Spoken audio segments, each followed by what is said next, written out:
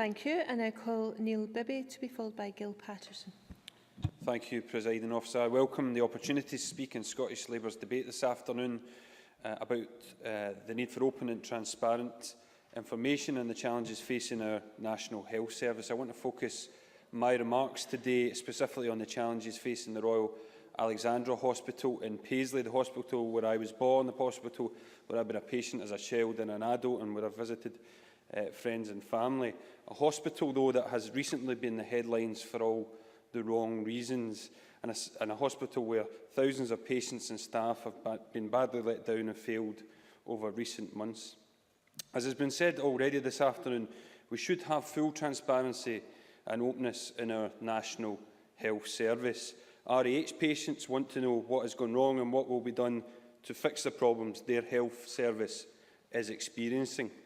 So I welcome the fact that the Chief Statistician, along with the Scottish Government, have listened to consistent calls from these benches and finally agreed to make their weekly A&E statistics public. There should be no veil of secrecy. I'll take an intervention. Bob Doris. I appreciate the member giving way. I wonder if the members had a chance to look at mortality rates for the Royal Alexandra Hospital. For clarity, it's combined with the Vale of Leaven Hospital. Since this government's been in power, the mortality ratio has fallen. That means it's improved to the tune of 19.6%. Is that something you'd like to welcome under this government?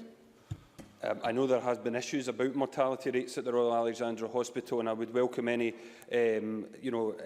progress in reducing that. Presiding Officer, one statistic we do already know, and it is a shocking one, is that 23% of patients, almost 1 in every 4 people, waited over the 4-hour target time for treatment at the RAH in December last year. Last week, after concerns had been raised by staff and patients for months, a support team was finally sent in to the RAH confirming the A&E crisis, a crisis that was apparent to anyone who has spoken to patients and staff over recent months, and a crisis that would have been highlighted at an earlier stage had A&E stats been published more frequently. Presiding Officer, it's welcome that a crisis team has finally been sent in, but one wonders if the Health Secretary has a grip on the situation when she denies there is a crisis on the Monday and yet sends in a crisis team to a major hospital on the Tuesday. Yes, certainly. Cabinet Secretary. I don't deny the challenges at the Royal Alexandra Hospital, which is why we sent the team in. What I take exception to is Labour's portrayal that every A&E in Scotland has a crisis. That is clearly, blatantly not the case. And will you accept that's not the case? Neil Bibby. There are far too many hospitals that are not meeting their A&E waiting times, and certainly the RAH is one of them. And I've been contacted by dozens of patients and staff over recent weeks, and I want to share some of their experiences in the chamber and ask some questions of you, Health Secretary, about them. One woman described to me recently how her mother had a 13.5-hour wait in A&E with 2 broken backs and 2 broken bones in her back. Another told me how her father waited 4.5 hours for an ambulance, and when he finally got to the RAH, there was no trolleys available and no porters to find one. The Minister will be aware that other patients have waited up to 20 hours. But these are not criticisms of the dedicated, hard-working staff at the RAH. In fact, several people have provided me with examples of the outstanding work that staff are doing in extremely difficult circumstances. One man even described how nursing staff even turned their eating area into a waiting room for patients who couldn't get a bed when he was in the hospital for a knee operation recently. Staff are going above and beyond the call of duty.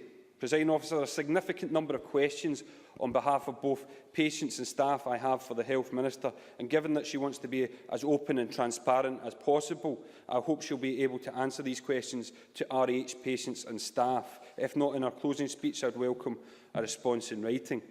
How long does the Minister envisage the support team will be in the hospital for? Will the Minister tell us what were the weekly stats for the RAH that she received last Tuesday at noon, the same day when she sent in the support team? Does the Minister agree that there are staff shortages at the RAH? Does the Minister accept what staff and patients have been saying about a shortage of beds at the RAH to meet current demand? And what does she intend to do about it? Also, given that the Minister has so much to say about cancelled operations. I would welcome if she could tell us how many cancelled operations there have been at the RAH over the last few months, because I'm certainly aware of constituents who have had cancelled operations. There are questions that both patients and staff are demanding answers to. We've also seen concerns over adverts for volunteers at the RAH A&E department. Does the Scottish Government and the Minister still support the use of volunteers at the A&E department? Also, the Minister will know that it was reported in the Herald last week that the Government has been made aware of 2 critical and very serious incidents where patients at the RAH have been injured whilst at A&E. People rightly expect such serious incidents to be fully investigated to find out why they occurred and how they can be prevented from happening again. So can I ask the Minister to tell us how many other critical incidents has she been made aware of at the RAH and other hospitals in Scotland?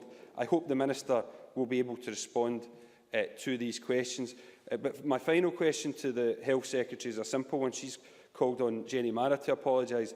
Given that the NHS Scotland Chief Executive has apologised to patients at the RAH, I would ask the Cabinet Secretary to apologise both to patients and staff at the RAH for being badly let down by her government, because our NHS and the RAH in Paisley deserve much better than they're currently getting. Gill Patterson to be followed by Christian Allard.